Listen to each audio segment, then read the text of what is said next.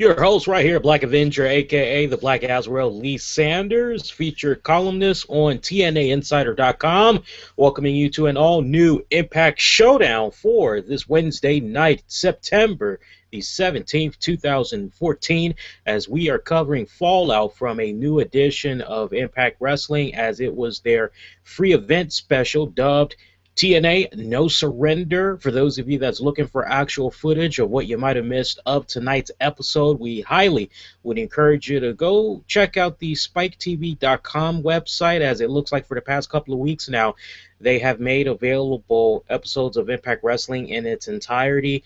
You also might be able to find some highlights on TNA Impact Wrestling's YouTube channel at, you guessed it, TNA Impact Wrestling. As always, those of you that check out the TNA product every single week, we welcome your interactions. Post those comments down below. Let me know what you had thought about tonight's episode, as we're talking fallout from this event, and we're also going to be covering the very latest in TNA wrestling headlines, as a former WWE wrestler has jumped ship. Yes, he's a former WWE wrestler that is now making his presence felt in TNA wrestling. In case you did not check out the episode description, you didn't read it all, that's good. Gives you more of an important reason to make sure that you stick around, because I'm definitely curious what you all think of TNA's latest acquisition. Post those comments down below. Share this a number of ways. You can Google+, Facebook, retweet. Always one of the many good ways you can spread the good word about our content. In case you guys are experiencing any visual or audio problems, please remember that we do have our audio podcast version of Impact Showdown available, as always, on Spreaker and iHeartRadio. In the meantime, let's go ahead and let's jump right into it. All right, so it was their TNA No Surrender free pay-per-view event, or special event as I like to dub it. And I gotta say, man, I mean, we got a grand total of about 6 matches. I won't say every single match was slamming like that, but I will say this was a great free event. When I compare it to other events we've seen on Spike TV within the recent months, it just kind of felt like something wasn't quite there. It kind of came off as if something was a little bit missing. But, you know, everything aligned so perfectly well for this No Surrender event, I must admit.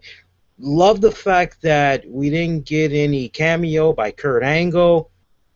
There wasn't any talking segments from what I can recall. It was just straight up, okay, here's this match. This is what we're doing. Okay, it looks like we're going to take a commercial break, but when we come back, this match is still going to be continuing. That was pretty much the main theme of the night, and I love that vibe, honestly. It actually felt like we really were watching a pay-per-view event, but for free, all right?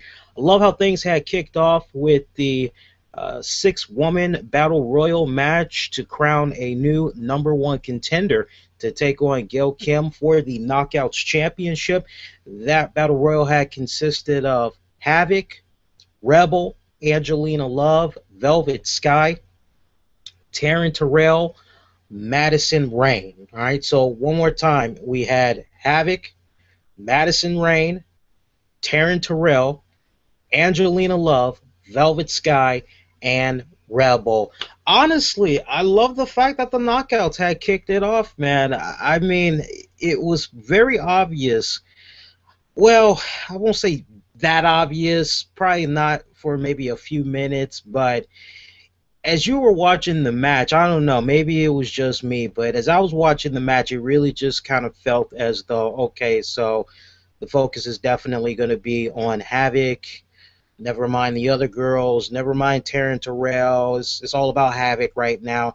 And I don't know how some of you may feel with regards to that. Now, on the one hand, I've been hipping you guys to Havoc, Jessica Havoc at that, all these weeks leading up to her debut. I told you guys how she's wrestled on various independent wrestling circuits. She's wrestled in promotions such as Shine Women's Wrestling, Shimmer, WSU, uh, she's an underground sensation, and honestly, I'm a little bit surprised that she didn't join TNA Wrestling a lot sooner. But her timing is perfect, as TNA Wrestling is in this rebuilding process right now with their roster, a young and hungry and determined roster at that, which I love very much.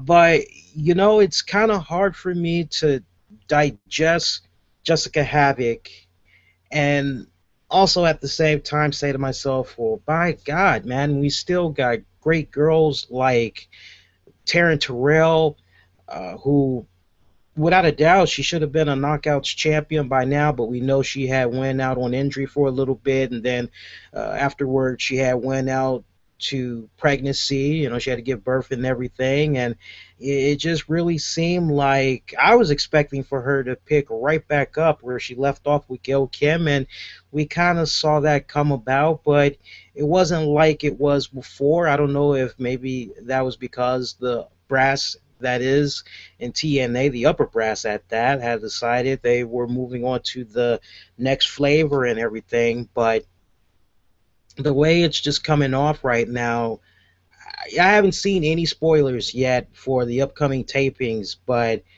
I would hope that if Havoc is going to be having this match against Gail Kim, they're going to stretch it out until the Bound for Glory event next month. If not, if this plays out on television, I just really hope that they don't go down the route of making Havoc be the new TNA champion. Now, for those of you that may already know your spoilers, please keep it to yourself. Do not share it. If you share it in any type of way, you're automatically going to get blocked, because we try to keep it spoiler free over here for everybody. That way they can enjoy the product more.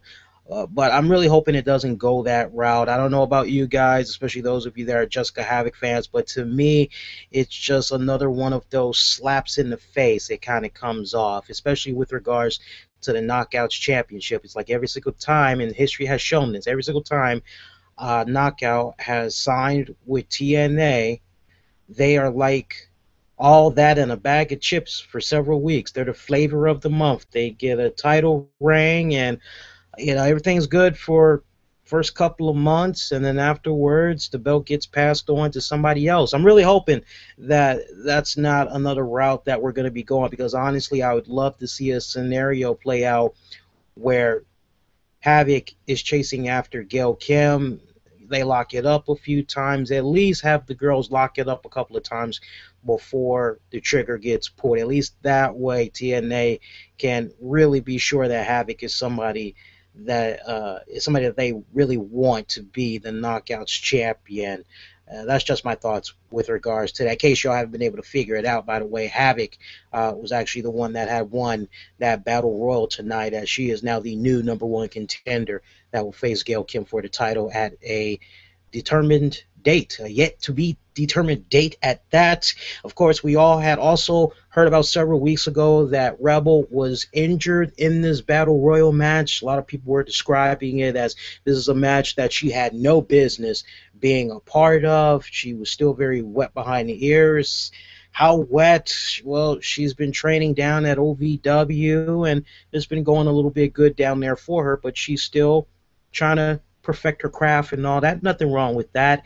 I don't know if you guys had saw the spot that was being talked about on several wrestling websites, but if you have it on your DVR, you can easily go back and see it. There was a spot where we had saw Rebel get tossed outside of the ring from the top turnbuckle by Havoc, and she landed on some steel steps. Kind of funny, it was her left wrist that landed on the step, and she was favoring it. And she should be okay now, but at the time, she basically, I think she had got a fracture or something to that effect. She had to wear a cast for a little bit.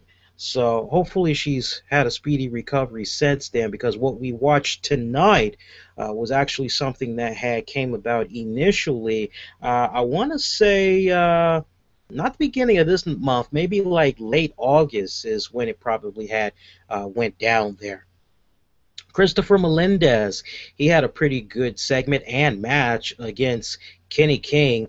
Oh my God, it was really hard for me to watch this segment with Kenny King and Christopher Melendez. I mean, when it first came about, it was kind of awesome because we had Kenny King, MVP, they're in the ring, and they invite Chris Melendez to come into the ring, and Kenny King basically tries to school Melendez and tells him, hey, if you want to get somewhere, you really want to have a good long career here, no problems. You got to learn from the best.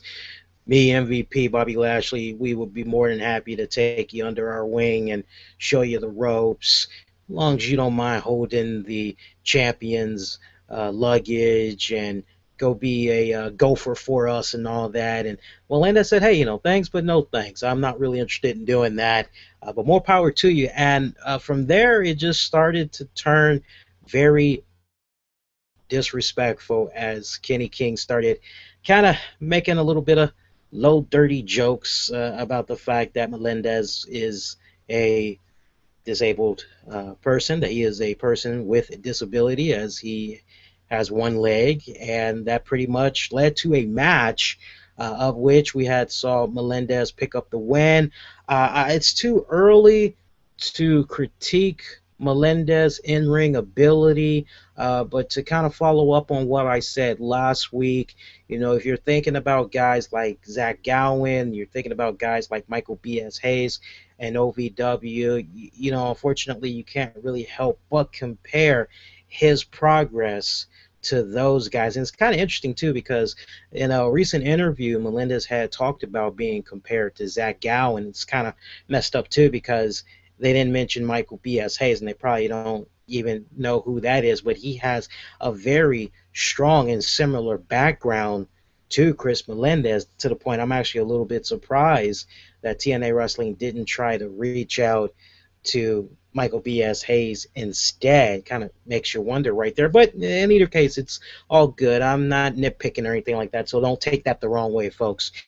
But that comparison was brought up to him of him and Zach Gowen, and it was nice how he kind of brushed it off. As Melendez said, it's kind of nice to get those comparisons, but I'll just let my work speak for itself, and we'll see in due time. So good words right there. Melendez, like I said, I'm not really ready to talk about his in-ring ability just yet. I mean, I'm still very new to this young man. I'm going to wait a couple of more weeks to really talk about what it is that I like about his in-ring ability, how he's measuring up to certain performers in the ring. But right now, I will just take for what I'm seeing, and will just say I'm quite pleased. I can definitely, at bare minimum, say that I'm quite pleased with the work I've been seeing of him thus far. Post-match, we saw Kenny King. He cheap shot Melendez and just started saying the most foul crap to him, called him a crippled, talked about how he was going to rip off his leg for the whole world to see, shove it where the sun doesn't shine, and I just couldn't help but cringe as I was seeing this segment play out, because long time ago, yours truly was once married, and my ex-wife, bless her heart, she was physically disabled, confined to a wheelchair, and whenever she had heard the word crippled, followed by the type of language, the tone that Kenny King had used, she would just get very emotional, scream at the TV, almost be bawling in tears, and it would just be like, change the channel, this is just too much to watch. And even though it was strictly entertainment, and that's the whole point of getting some type of a reaction out of you, and understanding that in this case Kenny King is a heel, so he's gonna do whatever he needs to do to push that button, to push that envelope and everything.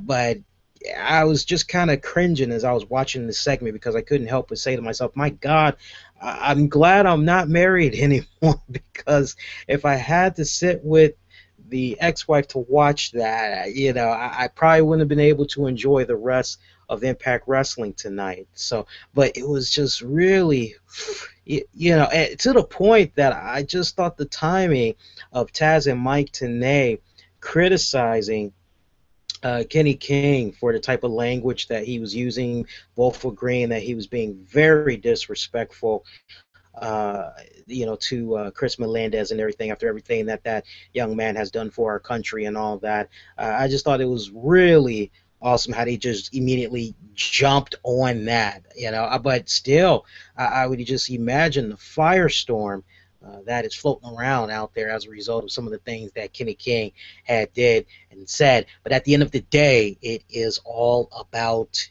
entertainment, folks. That's what it is. It's all about getting that reaction. I want to thank those of you that is checking us out right now. As your host right here, Black Avenger Lee Sanders, TNAInsider.com columnist, here with you all tonight, covering fallout from TNA Impact Wrestling, as it was their No Surrender free event.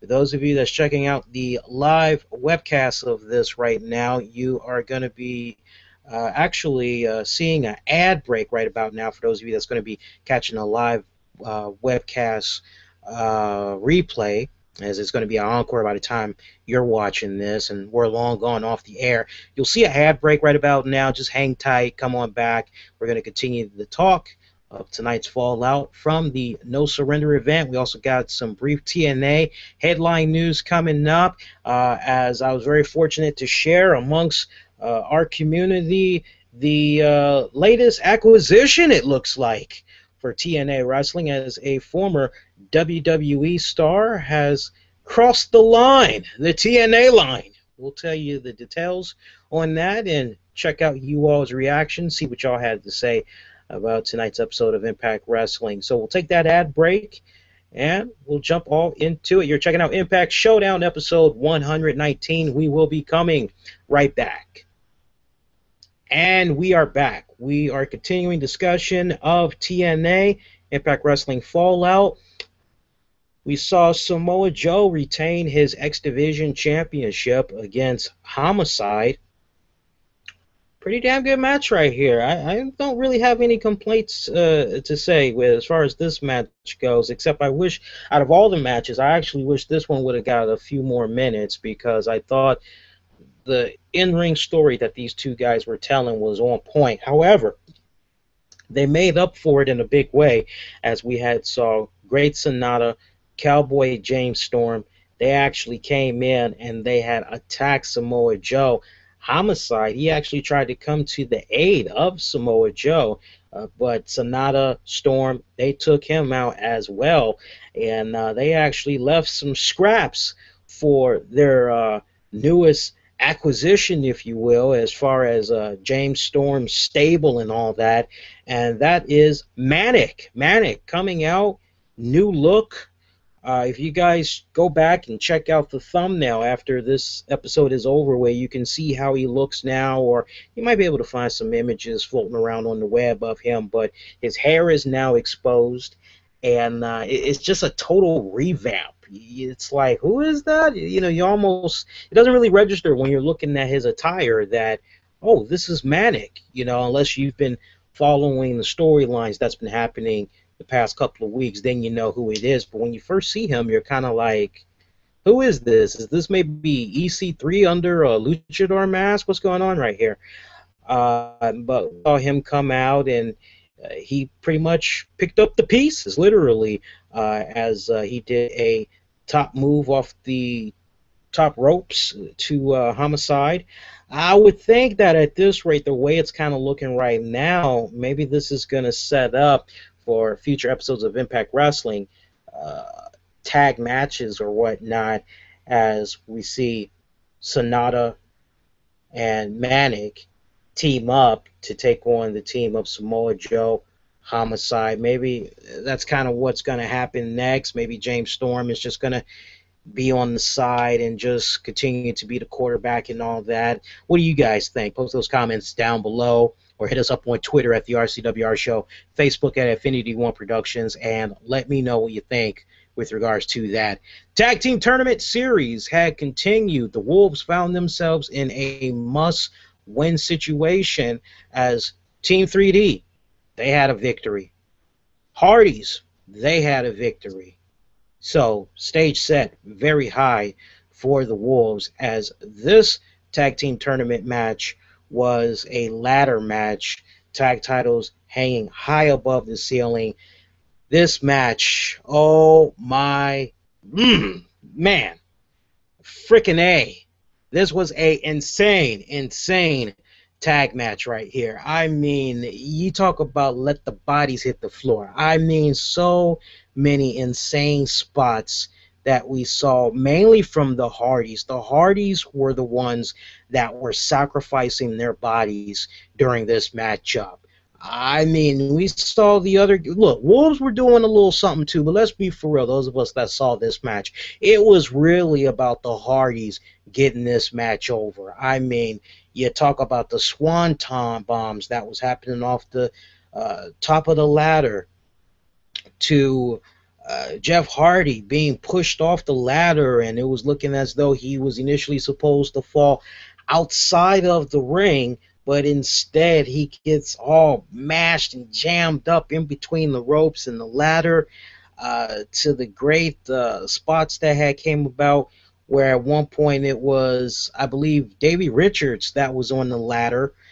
Jeff Hardy did like a nice bounce off the top rope, did a nice splash on the Davey Richards. You're like, what the hell?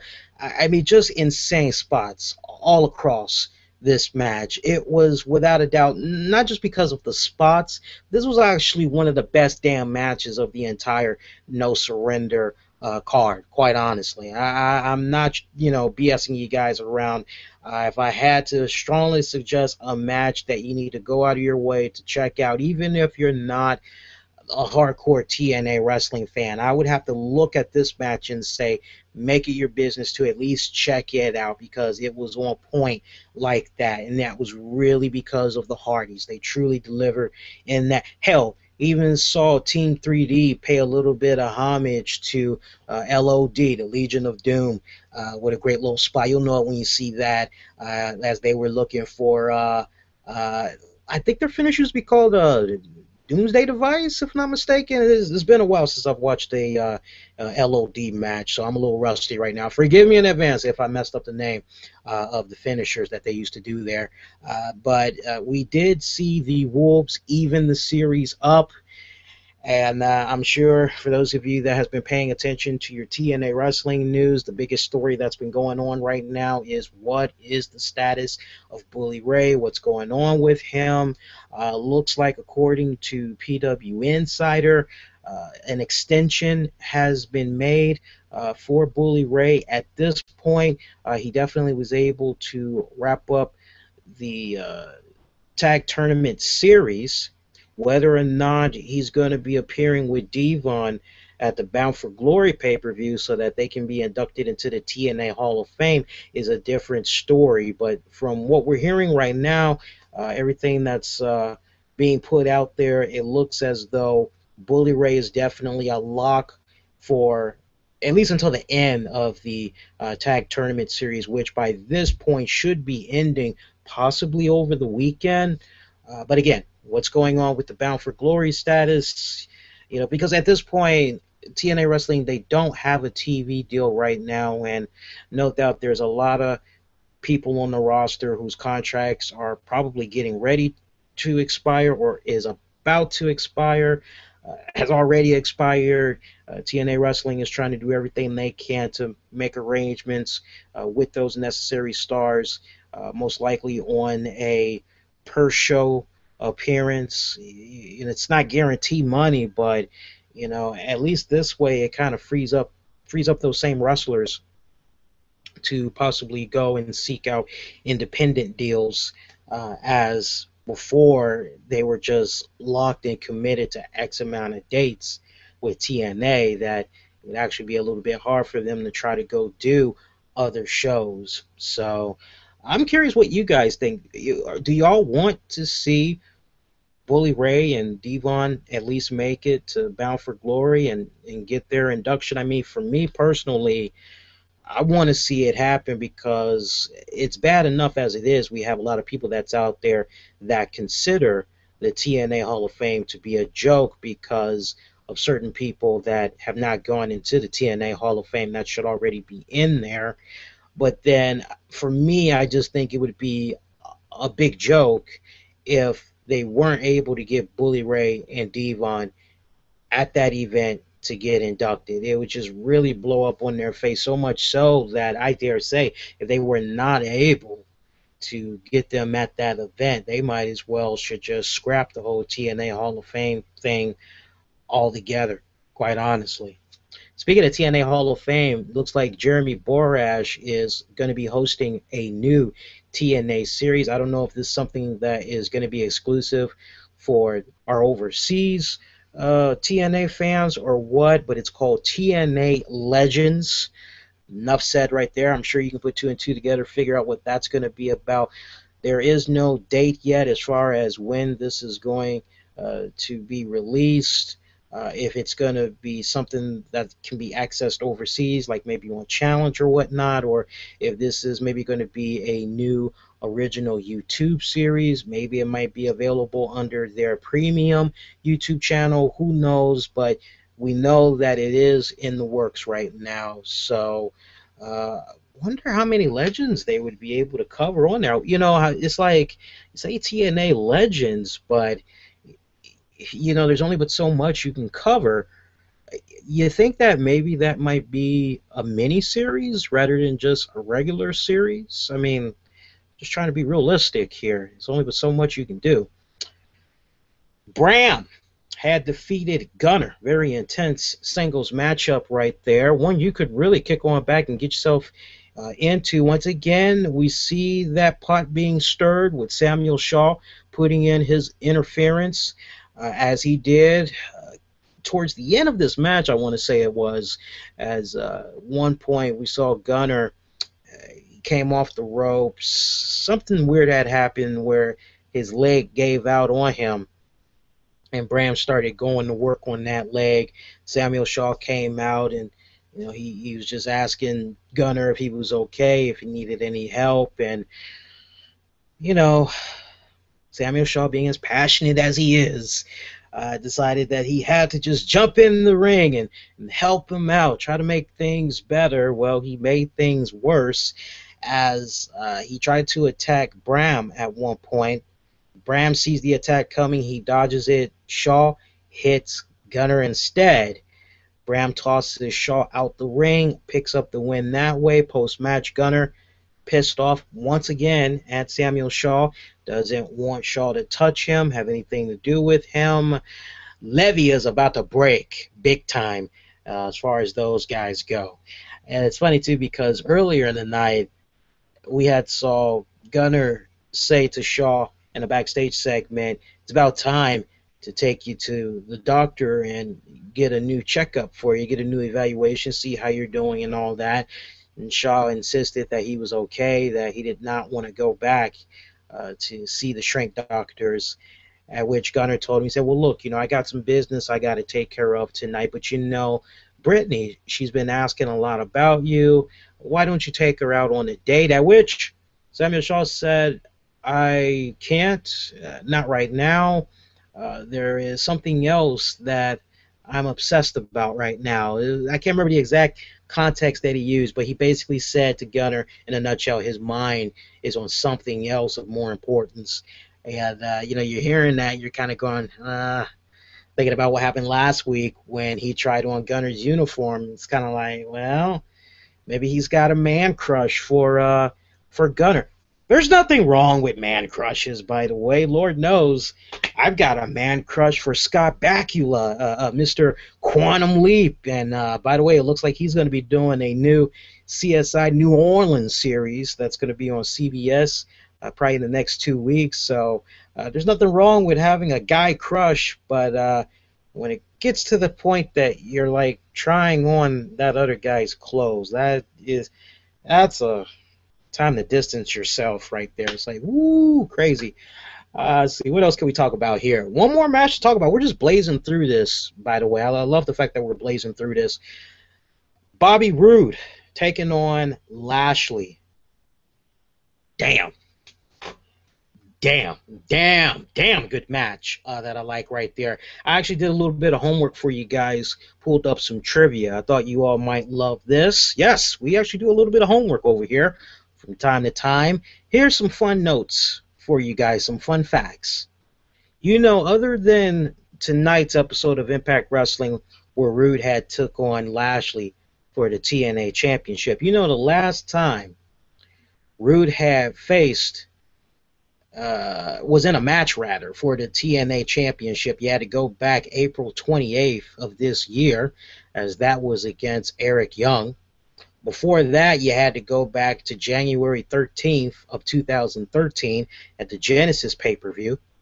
And before that, you had to go back to December 9th, 2012's Final Resolution pay-per-view. I say all this for a reason, because you look at the time that Bobby Roode had first got involved in the wrestling industry. He was involved in like the late 90s, but he didn't sign onto TNA until I believe like 2004. So you're seeing the number of major championships, heavyweight championships at that he won for several independent promotions before coming on board TNA Wrestling. And let's not also forget, at one point he was involved in the WWE very briefly.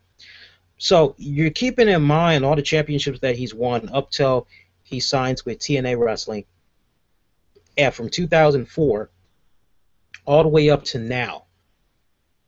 You're like, damn, how many World Heavyweight Championships has this man won? Or maybe he was the NWA World Heavyweight Champion at one point. No, he wasn't the NWA World Heavyweight Champion when TNA did have that partnership still going on with NWA. So then you're like, okay, well, surely he's at least held the TNA Championship a couple of times. I mean, come on, he's been there since 2004. So basically 10 years he's been with TNA. And sadly, he's only been champion once. And I must admit, as I was watching this match, spoiler free, I'm just watching it for the very first time, I'm taking it all in, I'm saying to myself, Roode is the man. Roode is the man. He looks so good against Lashley. I'm saying to myself, you know, honestly, I would love it if Lashley could hang on to the championship at least until Bound for Glory. Maybe drop it to Roode, or maybe Samoa Joe, or have it be a triple threat match, and, you know, basically we still see a new champion crown. I'm hoping maybe that's the route that it was going to go. But then there's the other part of me that says, well, man, it'd be pretty badass if maybe the trigger was pulled for Roode to become champion as of this show. It could have gone really either way, especially when you watch this match. And to follow up on an interview that Lashley had said recently, he had talked about how much fun he's been having working with the likes of Bobby Roode and all that. And you know what? This match tonight between these two men, it really showed. I mean, the chemistry, it was just, whether you love the man or you just hate him with a passion, you hate the fact that he doesn't have any charisma, or whatever your own respected reason is for not liking Bobby Lashley as the current TNA champion. If you are a true TNA wrestling fan, then without a doubt, you got to give this man props, because he went out there. This was the best, well-rounded, well-minded, technical counter type of matches that I've seen for a main event in quite some time. It was that hella good. I was very proud of those two guys and the way they just maintained themselves in it. And there was plenty of time given to this match, because the introductions came about at like the 10:31 p.m. Eastern mark, and then it was kind of like, all right, good, plenty of time, about a half hour, a little less than a half hour to really get into this. That's great. Lashley, still your TNA World Heavyweight Champion. I tell you, I was really pulling for Bobby Roode, because I'm just saying to myself, maybe it's his time. He's only tasted it once. Maybe it's his time, but unfortunately it did not play out like that. And, you know, another thing, as I was watching this match, it also had me bring up a very interesting question that I'd like to put out there to you guys. And maybe depending on the volume of comments we get, maybe I can revisit this on next week's batch of shows, and we can talk about it here next week on Impact Showdown, which is, who do you feel has been having the better matches this go round? It doesn't really matter as far as the championship goes and all that, but basically between Bobby Lashley, Brock Lesnar, whose matches have you been enjoying more and why? I'm just curious you all's reaction. I don't want you all to just be like Brock Lesnar or Bobby Lashley. I want you to go with the wrestler, all right?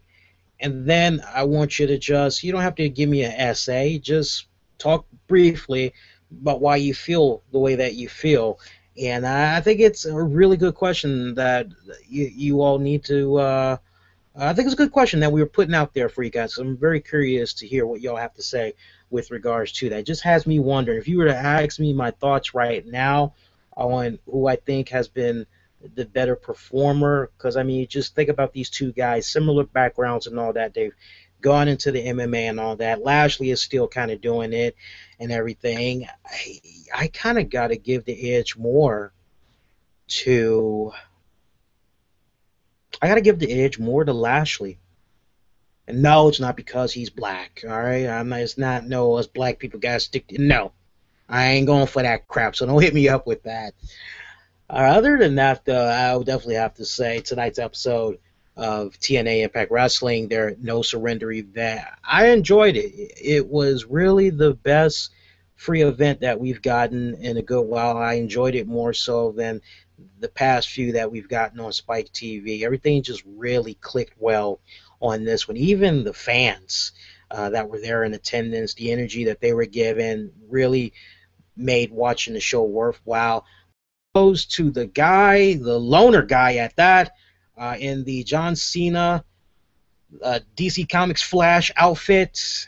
I mean, that guy, I was surprised he didn't get booed out of the arena there, man.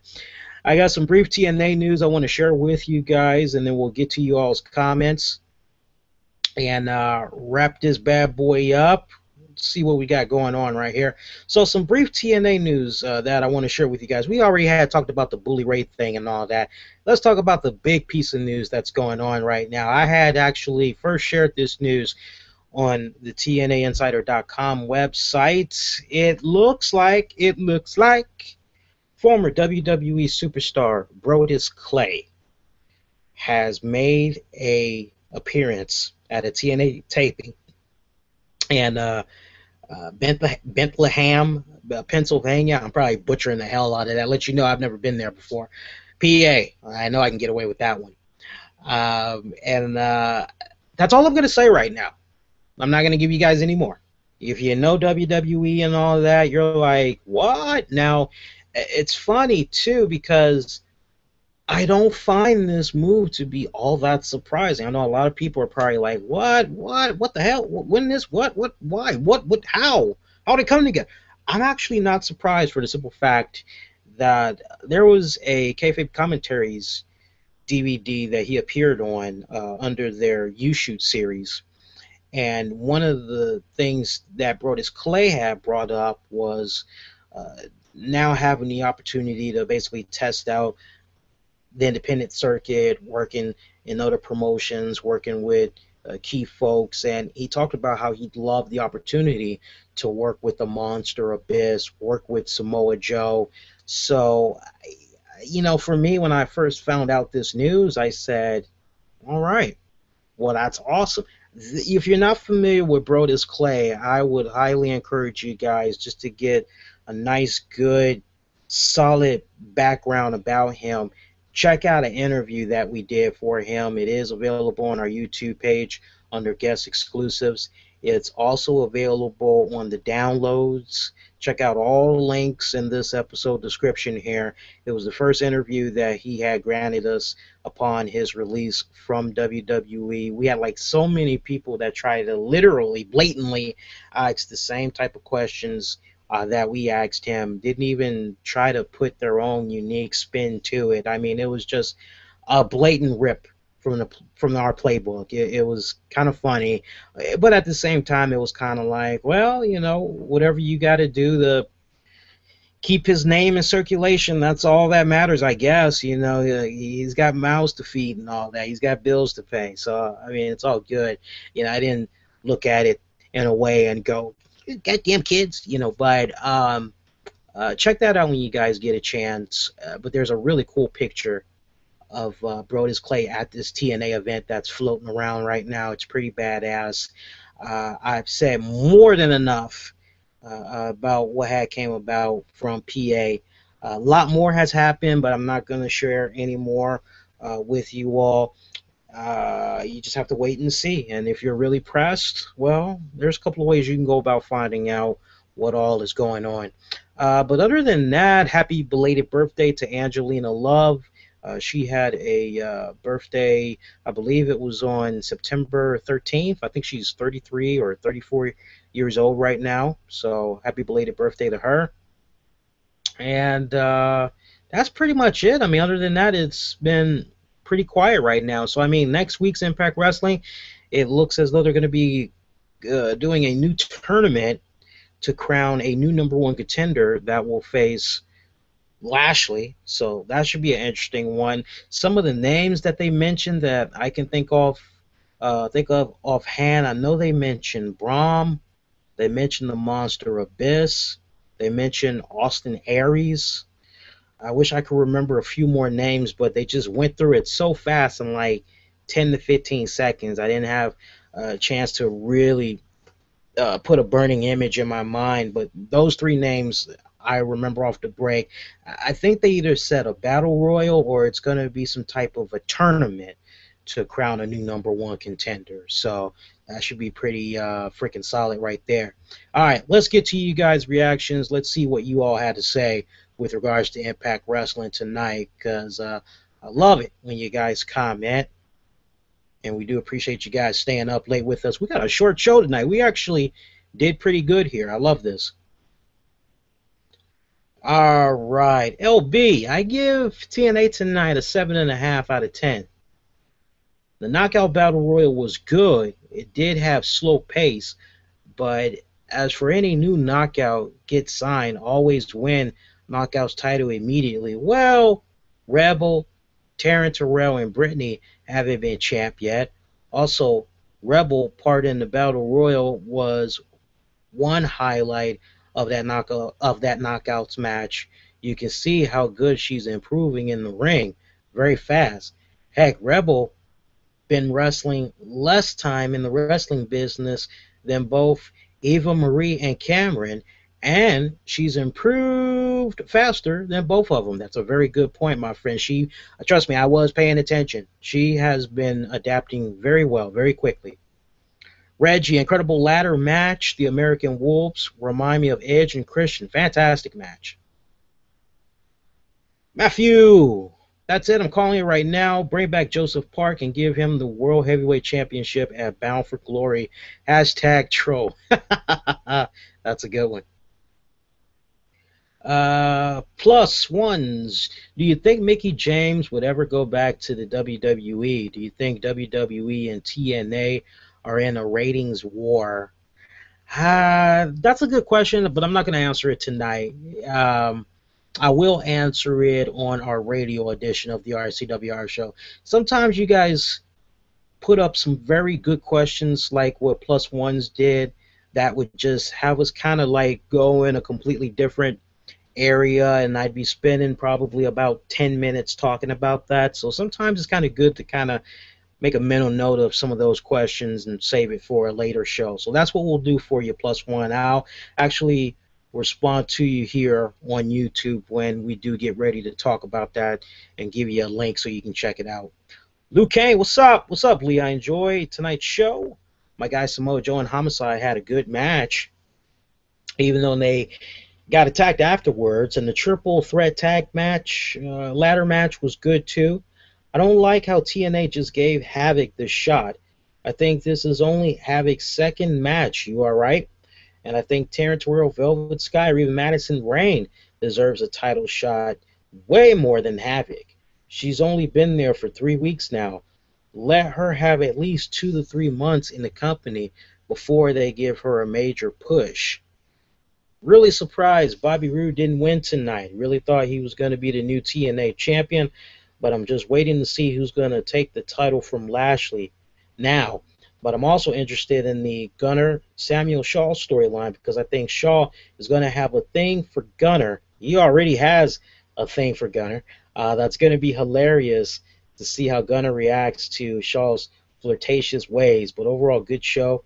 Have a good night, Lee. You too, Luke Kane. We appreciate that. Weston, Lee, disappointed a little that we didn't get EC3 on this episode, and I'm surprised that it looks like TNA is not going to put Gunner and Chris Melendez together.